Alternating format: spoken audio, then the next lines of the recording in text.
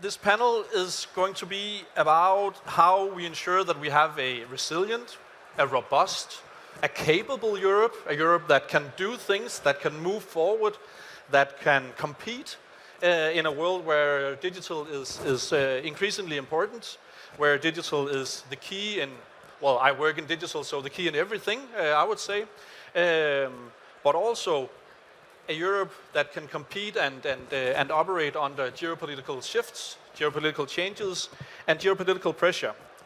Because resilience is so many things, the world is changing fast.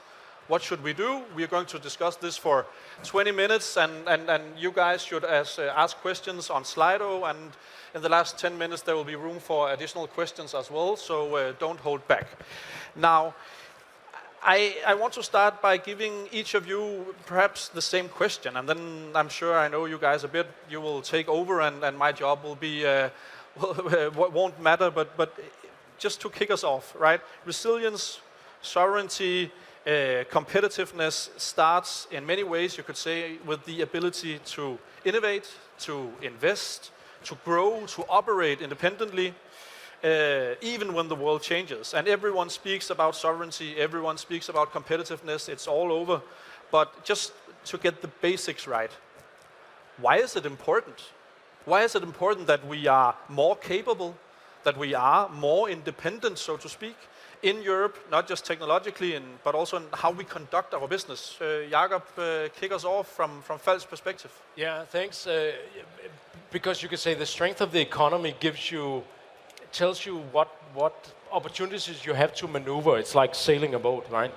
So, and there you can say, currently, with all the turmoil and the conflict, we need to look at to what extent Europe has the ability to invest in the various agendas, and that ability largely depends on the strength of the economy. And there, the last thing I want to say is we need to acknowledge that we are starting behind the two other major powers, the US and China, because we have a smaller and a much more sort of heterogeneous and divided home market. And Mette, of course, you are the CEO of Microsoft Denmark and Iceland, but you are also a Dane, you are a European, and I think that suits each other quite well, but also looking at Europe, looking at Denmark, as a Dane, as a European, why do we need to be stronger? So there's of course something, and Jakob also speaks to it, about control, no matter what actually happens in the world, that we somehow, still own it and can be in it, even though the power balances are shifting around us. So that's the first part of it, and that's of course very much on data and some part of the technology. But then also, as Jakob speaks to, it's simply also just to be part of the economic game going forward. So if we look at what it is that, for example, has been driving the US economy in the last years, it has been the tech companies. That is why we have been outmaneuvered, in GDPR growth by the US. It's solely by the tech companies. So we simply need to be part of that. And then we see China coming in. Right now, it's just a very, very big plate they have to play on because everybody's looking at the US, so they're just doing all kinds of stuff. And we need to be in that competition because growth, competition, power, control, innovation is simply coming from these areas. And of course, it might look the same way, or it may look a bit different whether you work in healthcare or you are in a large American tech company, or you are in telco, or maybe even in a company that is not just telco anymore. You do so many things in New Day. From your perspective, Christian, why is it important? Just on the basics, and then we'll get into how we fix it. It's hard to add a whole lot. I mean, it is fundamentally about control, isn't it? It's about independence over time. It's about wealth, creating a society that can take care of all our citizens in the way we've been used to, and sort of keeping that alive. And I think it's important that we bring some more color to the conversation. I think there's been a tendency that we use very broad strokes. And it's easy to look at the hyperscalers and look at we should do something like that. I think it's important that we talk about how we lean in, how we look forward, and how we look at the coming waves. What's the next wave of AI and quantum and other things, and how do we play a role? And in the next wave, in healthcare of tomorrow, in AI and healthcare, Jakob, is Is there a strong Europe? Is there strong European companies without the hyperscalers? Yeah, I think there might be, because I think there's a big area in terms of applying technology. You don't need to be leading in the sort of basic new technology, but within applications, tons of room. But it also asks for a mind shift change, if you talk healthcare across Europe, in that the difference between a public sector doing things and doing it in public-private partnerships, so we can actually leverage technologies much faster. Because one thing is to build companies, but the other thing is to manage this growing population of elderly Europeans with chronic diseases. And if we don't find a smarter way to do that, that's going to draw so heavily on taxes and so on. So it's all connected. And in Europe, we cannot afford to not be smart around everything we do. And in healthcare today, we are dumb at many fronts. And Mette, then coming back to you, and before I said you were a Dane, you're a European, but you are also, as I mentioned, of course, the CEO in Denmark and Iceland, in a global tech company, right? In Microsoft. So how do you see Microsoft's role in building a stronger digital Europe? Are you a key player? Maybe the question is obvious, but take us into it. Yes, we believe we are a key player, also simply because we have a lot of business in Europe that we want to continue having. So sometimes we have the discussion that, Europe is very dependent on the big 10 companies. Well, I can tell you a secret, and it is that Microsoft's business is very depending on Europe as well. So we are leaning in and investing in a lot of ways, and also on sovereignty, in order for Europe to be in control of data centers, and of solutions, and putting Europe in a situation where even strange things might happen.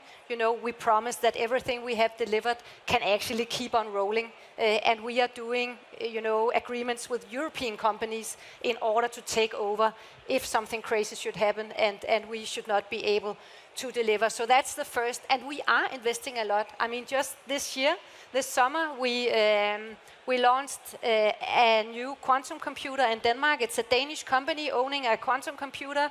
It's IFO, it's Novo Nordisk Foundation investing, it's Microsoft delivering software, it's Atom Computing, an American company delivering the hardware.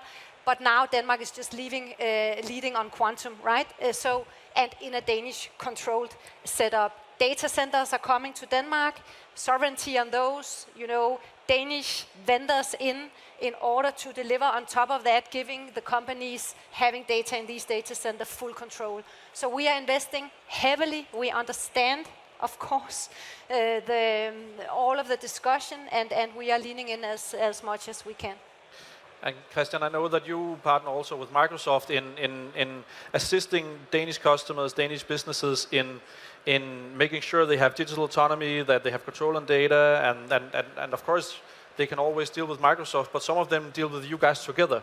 What are your role in that partnership? What role do you play in regards with the customers? Yeah, but we obviously run a very broad business in the B2B market. We think of ourselves as one of the few sort of end-to-end when you talk about connectivity, mobile, fixed, managed networks, cybersecurity, all the way in. And today we announced a partnership with Gefion as well, which you partner as well, where we bring that GPU capacity to customers and also allow that encryption layer on top. Makes it possible for companies or public institutions in Denmark to take advantage of one of the most advanced or biggest AI computers globally in a way where you keep the data secure in Denmark. So I think we're basically a partnership platform that makes sure that you can leverage your data in a safe way and take advantage of AI, for instance. And so we're speaking about our capability to make sure that we harness what AI brings, that we harness what technology brings, and at the same time, and in a way, it is of course very, very closely linked. We speak about our sovereignty, our ability to make up our own mind in Europe and to stand tall for ourselves. Jakob, if I say sovereign healthcare, and I asked you before, is there modern healthcare without hyperscalers?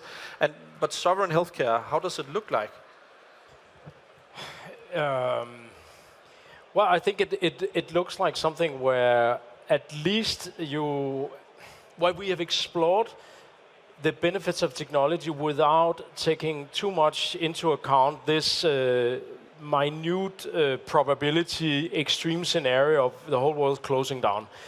So to answer you differently, I think we have a collaboration between us, Falk and Microsoft, in developing these solutions. I'm totally comfortable with that.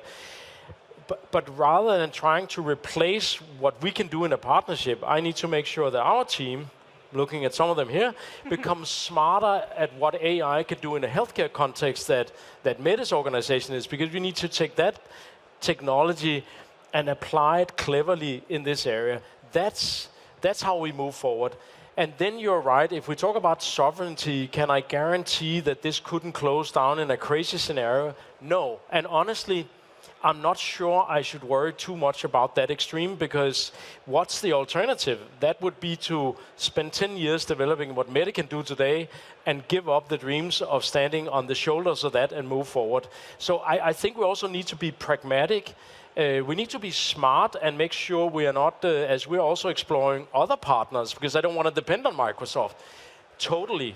But also, on the other hand, I don't want to walk away from a super partnership because I have some idea that I need to, as I said, protect myself from a very low probability scenario. And of course, moving away from speaking specifically about sovereignty, I mean, the ability to, as I said, the capability of European businesses, our ability to invest, our ability to innovate, to move forward, comes back to, of course, building new products, strengthening our infrastructure, our businesses.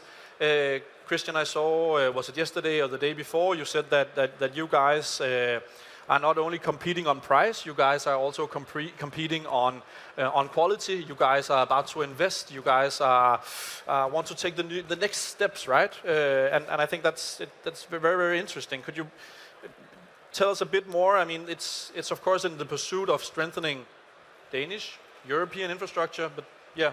You know what I think there's something about making sure that the market that all the great companies out here address is homogeneous enough and is big enough. The Danish market is relatively small. The European market is significantly bigger, but it's all very different. Yes, there is a European market, but there's also a lot of different states in Germany with different rules in each of them, and there are multiple countries with different interpretations of European law.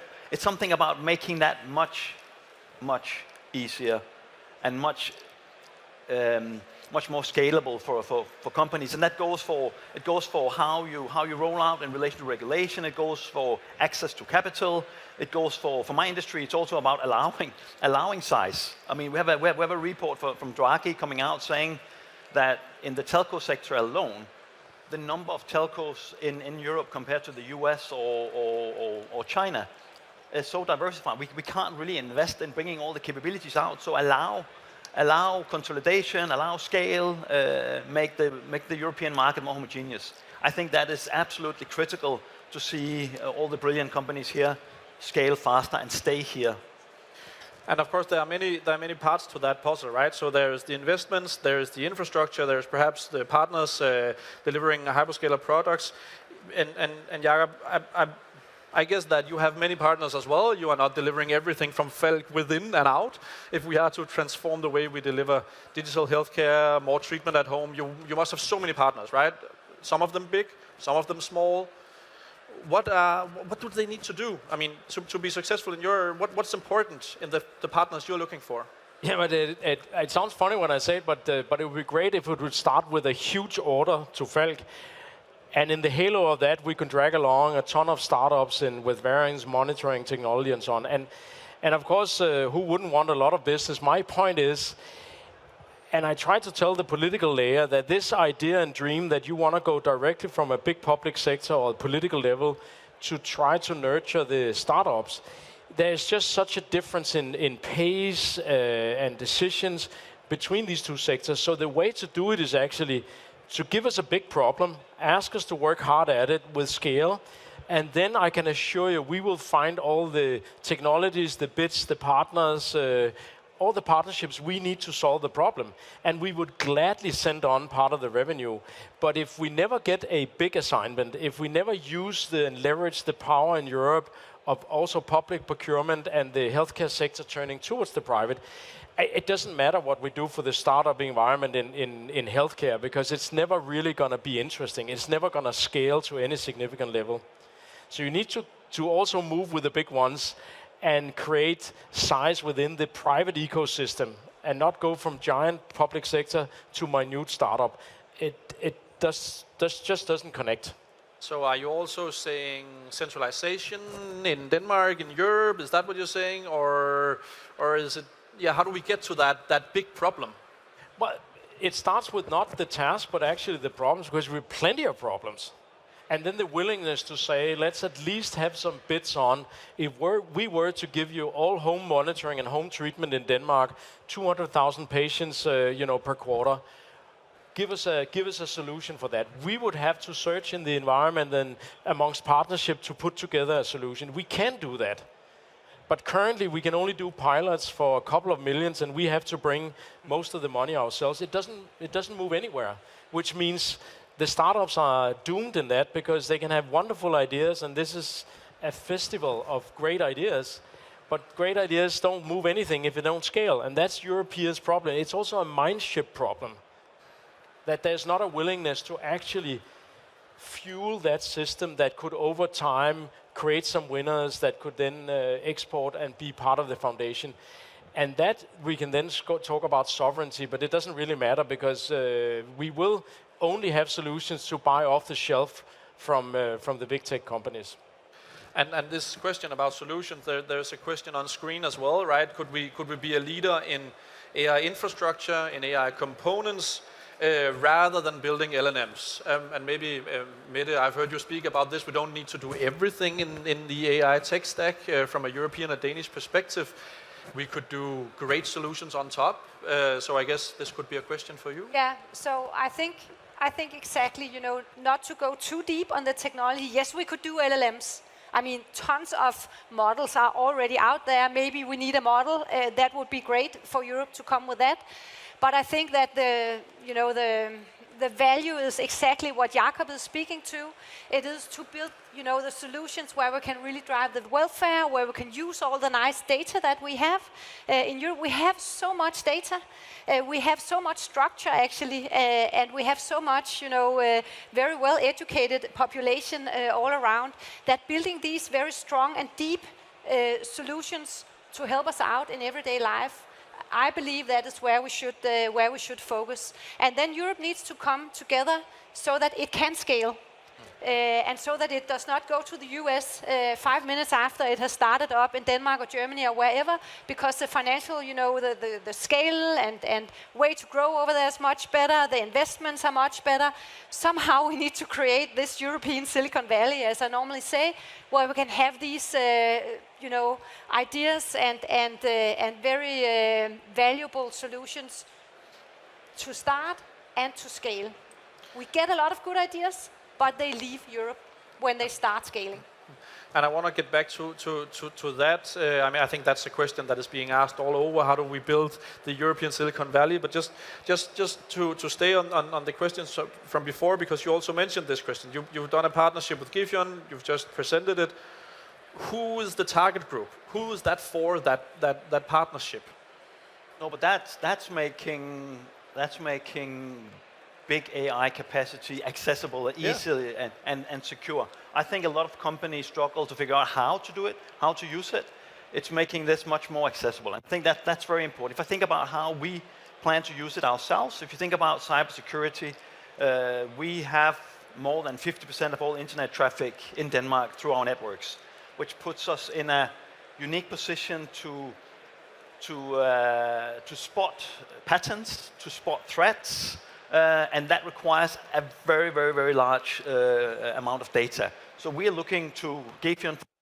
Should we work with them to use that to really help make Denmark more safe for cybersecurity, spot, detect, and protect Denmark against that? That's the type of use cases we would have. If you were in an industry, look at problems that really require massive amounts of data, and then find ways to securely leveraging that platform at an accessible price. I mean, that's the type of approach I would take.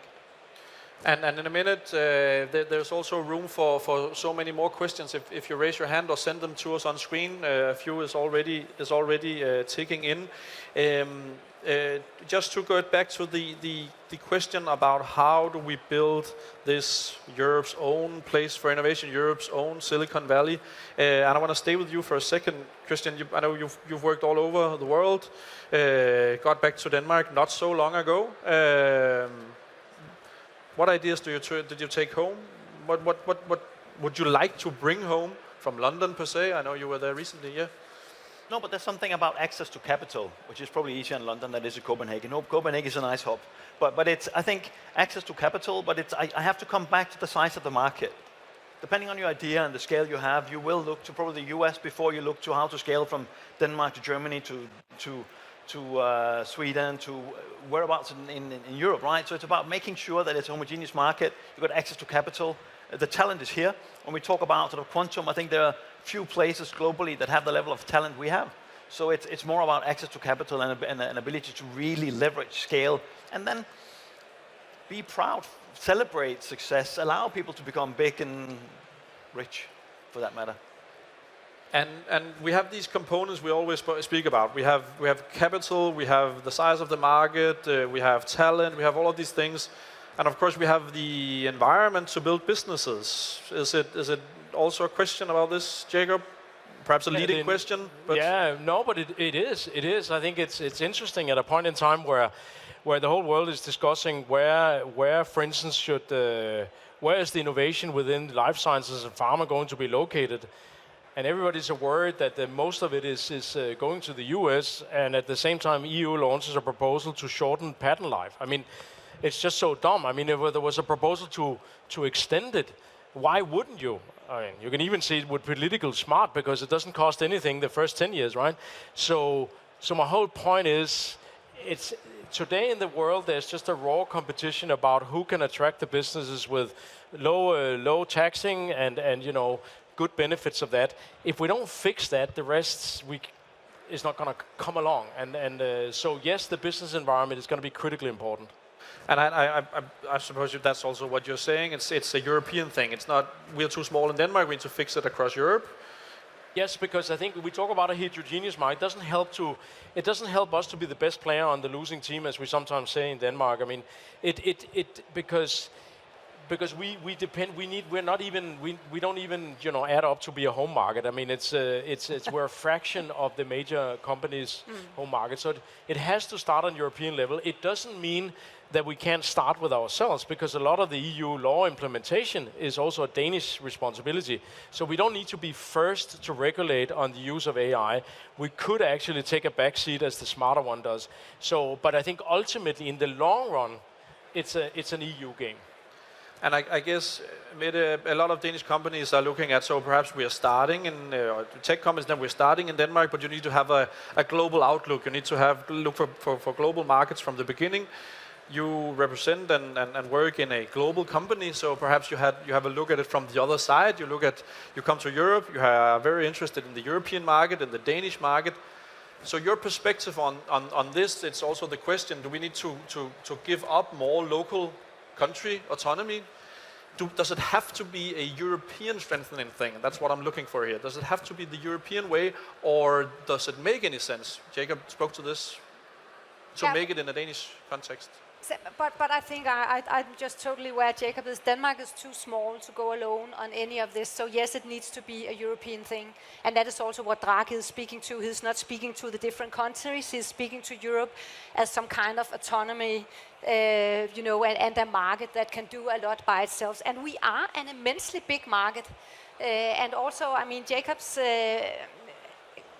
example of how we, make a lot of regulation and compliance that is just, we're just stumbling all over the place, instead of trying to find out, how do we make this a market? How do we make these startups, these companies, how do we give them an easy way in order to scale throughout Europe, instead of looking to other markets where, there's not a lot of difference in how it's actually being built state by state. They can just go for the whole shebang at the same time. But even in Denmark, it can be super difficult to just go from one region to another if you are within healthcare, because even there you have different regulations and different views on stuff. So we are making it super difficult for ourselves, and yes, it is a European thing. And I mean, in my job, I represent digital companies. I represent the tech companies. Of course, I speak with investors, but that's not my area of expertise. And there's a question here as well. So is the money there? And as I speak to my members in Danish industry, honestly, some are saying the money isn't there. Some are saying the money is there, but it's hard to leverage. It's hard to scale.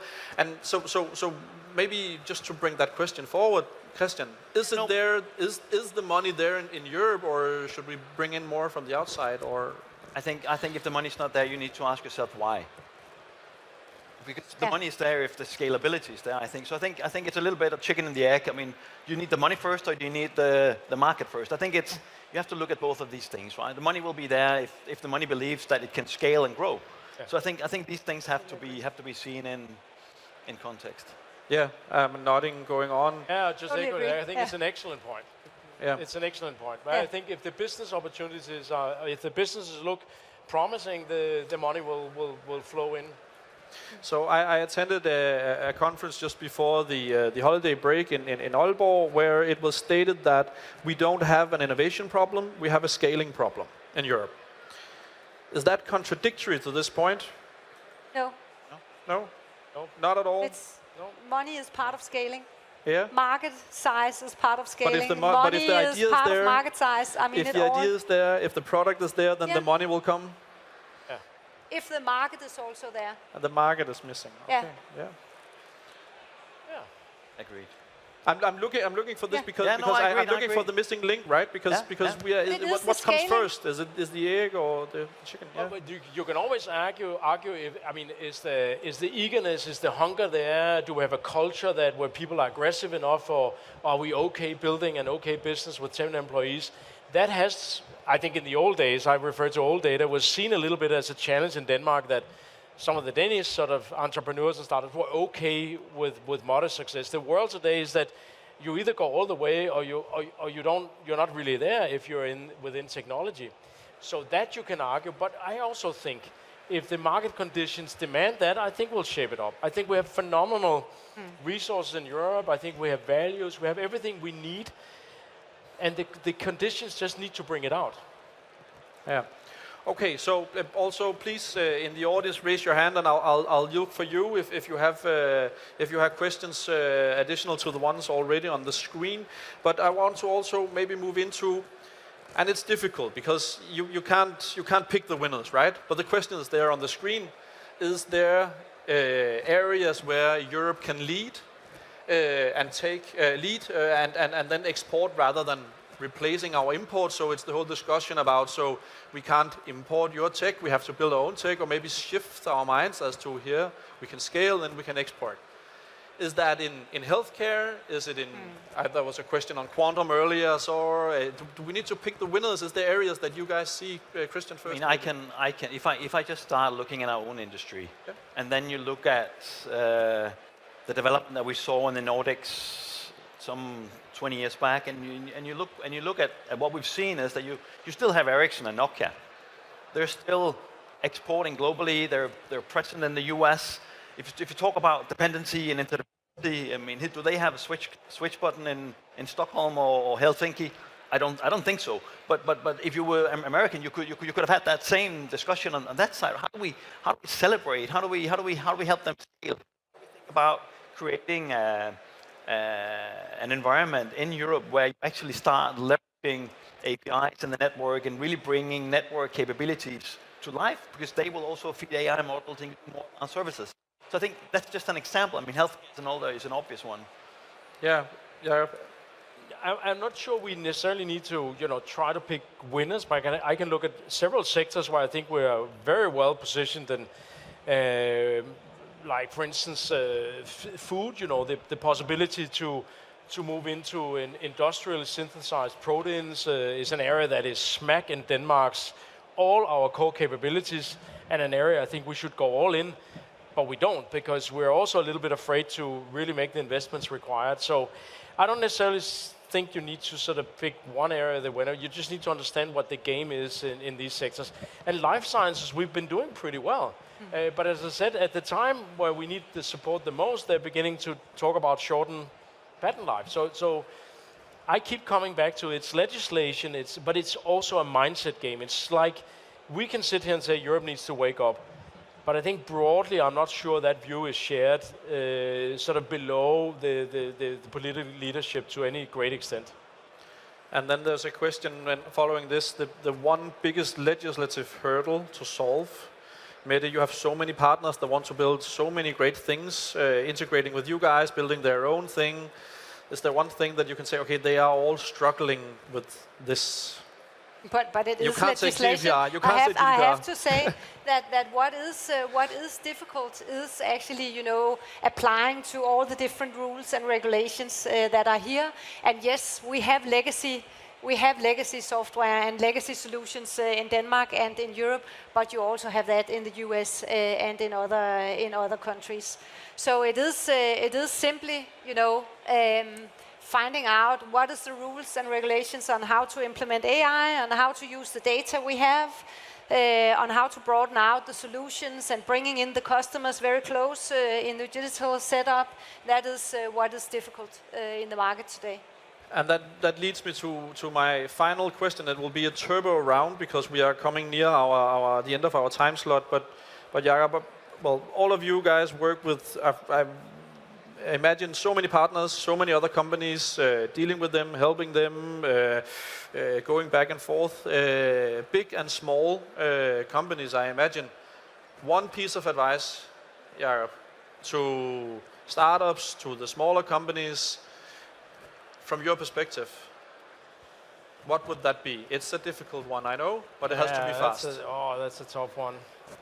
Let's go in random order here. I need to think here. One piece of advice for... Christian, but it might be to actually try to hook up with a bigger company to at least get some guidance and some help on the market entry without giving away all your rights and so on, because that's going to be a balance in that. I would find some good friends. Yeah. So call you. That's one of the advices, right? Yeah, Christian. Yeah, no, it's a tough one. I mean, I would say build for scale, so you don't end up, because I think the beautiful thing about AI is that it's accessible and possible and easy to use from the very beginning. I mean, you don't need to be very big to take advantage of the most advanced capabilities out there. So do that, but do that with a mind where you build for scale immediately. Structure your data in a way that can scale and think compliance and reliability in from the beginning, and then sort of think platform. That's what I would do more than anything. And Mette, you spoke to this a moment ago, but the biggest advice you give to your many partners in Microsoft? Yeah, so for the startups, I mean, it's like build everything on AI and put AI into everything. It is the future of how we are going to work, and we really need all of the startups to help us out on that one. So that's the first one.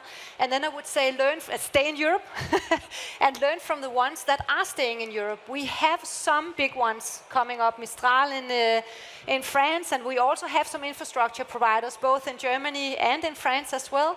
So learn from them, how have they managed, what are they finding difficult, can we go together, on making Europe a better place to stay when we are building new tech. Okay, so now we are at the end of our time slot. There is so many things we could discuss. There are so many things to dig into on sovereignty, autonomy, capability, competitiveness. I could put so many buzzwords on it. We've tried for 30 minutes to make sense in this. I think we've got somewhere that's all your honor, not mine. If you want to discuss this further, you can come to the Danish industry stand just over here afterwards. But for now, thank you so much. Thank you to this wonderful panel. Please help me in giving them a round of applause. Thank you. Thank you too.